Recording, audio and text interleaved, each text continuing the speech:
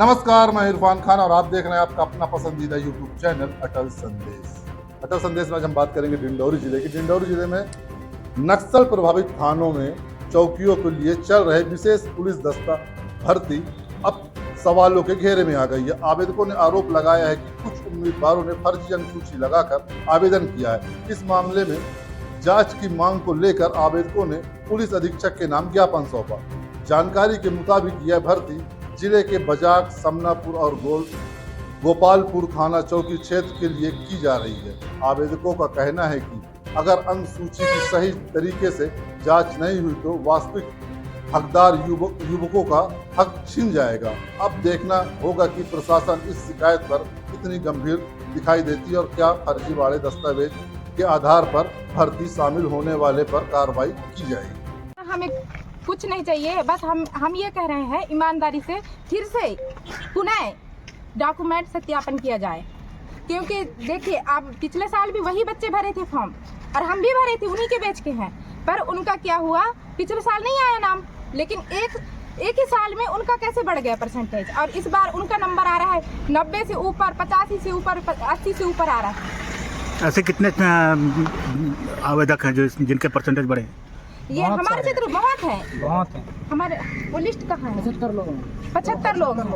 काय की भर्ती जो प्रक्रिया चल रही है वो पुलिस दस्तक भर्ती चल रही है, सहयोगी दस्तक जो नक्सल प्रभावित ग्रामों से लिया जा रहा है, चयनित गांवों से फॉर्म अप्लाई किया जा रहा है, उसमें ऐसा हुआ है।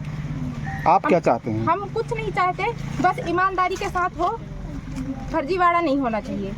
और ये डिंडौरी के अधिकारी जाके वहाँ पर डॉक्यूमेंट चेक किया जाए, उन्हीं के थ्रू। हमारा यही बस मांग है। क्या नाम लिखते हैं? मैं सोमा मरावी लिखती हूँ। कहाँ से? मरावी, ग्राम सहजना से। क्या शिकायतें हैं आप लोगों की? हमारी शिकायत करने का मतलब नहीं है सर जी, हम किसी के ऊपर आरोप नहीं लगा रहे हैं, ना कि शासन प्रशासन के ऊपर आरोप नहीं लगा रहे हैं, ना कि हम जो हमारे अभ्यर्थी लोग हैं उनके ऊपर आरोप नहीं लगा रहे हैं। लेकिन हम ये चाहते हैं कि जैसे हमारे समनापुर, बजाक और ये करंजिया ब्लॉक के अंतर्गत जो दस्ता भर्ती पुलिस सहयोगी जो की गई है, उसमें जो है पिछले बार जब भर्ती हुई रही थी में, तो कुछ लोगों का परसेंट कम रहा। जैसे उदाहरण के लिए मैं बताना चाहूँगा कि 56.14% रहा किसी का। मैं आरोप नहीं लगाना चाहता, किसी का नाम भी नहीं बताना चाहता, लेकिन यह है कि अब ये दोबारा जब भर्ती हुई है तो उनका लगभग देखा जाए तो 88% बना है। तो ये साल भर में, 2 साल में मतलब ये 88%, मतलब 12वीं करने के बाद ये दोबारा पुनः मतलब ये 5वीं पढ़ी है।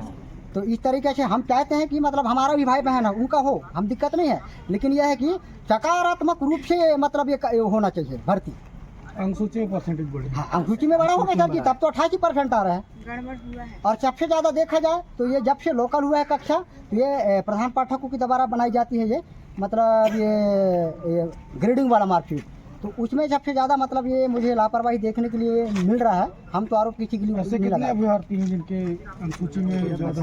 ऐसा तो बहुत से ढेर सारे लोग हैं, लेकिन हम किसी के ऊपर कैसे का आरोप लगा? अभ्यर्थी कितने हैं? अभ्यर्थी होंगे लगभग 30-40 लगभग, और हम किसी के ऊपर आरोप नहीं लगाते। लेकिन यह है कि मैं चाहता हूं कि दोबारा उनके सत्यापन किया जाए।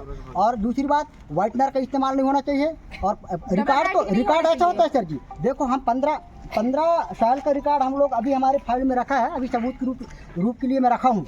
और दूसरी बात, 15 साल के रिकॉर्ड होता है, एक पुराना रिकॉर्ड होता है। लेकिन अभी जो है आप ये देखो, एक गाँव से जैसे 10-12 अंकसूची आप बनवा लिए, नए अंकसूची, तो ऐसा नहीं है कि सबका अंकसूची मार्कशीट घूम जाए 8 साल 10 साल में। क्या चाहते हैं?